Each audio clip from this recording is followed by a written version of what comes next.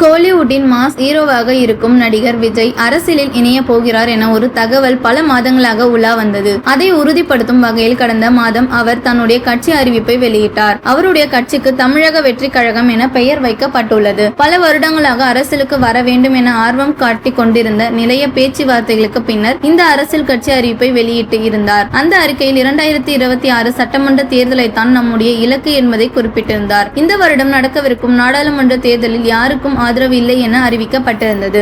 மேலும் ஒப்புக்கொண்ட திரைப்படங்களை முடித்துவிட்டு பின் முழுமையாக அரசியல் பணியில் ஈடுபடுவேன் எனவும் குறிப்பிட்டு வந்தார். அதைத் தொடர்ந்து அவரிடமிருந்து கட்சி அறிவிப்புகள் மட்டுமே வெளிவந்தது. இந்த நிலையில்தான் தற்போது தமிழக வெற்றி கழகத்தின் முதல் மாநாட்டை வருகின்ற ஏப்ரல் மாதம் மதுரையில் நடத்த கட்சித் தலைவர் விஜய் திட்டமிட்டுள்ளதாக தகவல் வெளியாகி உள்ளன. அதற்கு முன்னதாக கட்சி ரீதியாக 100 மாவட்டங்களை உருவாக்கி அதற்கு நிர்வாகிகளை நியமித்து பின்னர் முதல் மாநாட்டை நடத்த திட்டமிட உள்ளதாகவும் கூறப்படுகிறது. பொதுவாக எந்த ஒரு அரசியல் கட்சியும் தனது கட்சியின் மாநாட்டை நடத்த முதலில் தேர்ந்தெடுப்பது மதுரை மாவட்டமாக தான் இருக்கும். சமீபத்தில் அதிமுக நடத்திய மிகப்பெரிய மாநாடு மதுரை மாவட்டத்தில் தான் நடத்தப்பட்டது. அந்த லிஸ்டில் தற்போது தமிழக அரசியலில் டாபிக்காக உள்ள நடிகர் விஜயின் தமிழக வெற்றி கழகத்தின் முதல் மாநாடு இணைகிறது. இந்த மாநாட்டில் பல பிரபலங்கள் என்ட்ரி கொடுக்க இருக்கின்றார்கள். விஜய் குடும்பத்தினரும் கலந்து கொள்ள இருக்கின்றார்களாம். விஜய் மகன் ஜேசன் சஞ்சயும் இதில் கலந்து கொள்ள இருப்பதாக கூறப்படுகிறது. கனடாவில் பிலிம் மேக்கிங் படித்து முடித்து இருக்கின்றார். மேலும் இவர் சில குறும்படங்களை இயக்கி நடித்துள்ளார் என்பதும் குறிப்பிடத்தக்கது. தற்போது ஜேசன் சஞ்சய் இயக்கும் புது படத்தை லைகா புரொடக்ஷன்ஸ் நிறுவனம் தயாரிக்கிறது.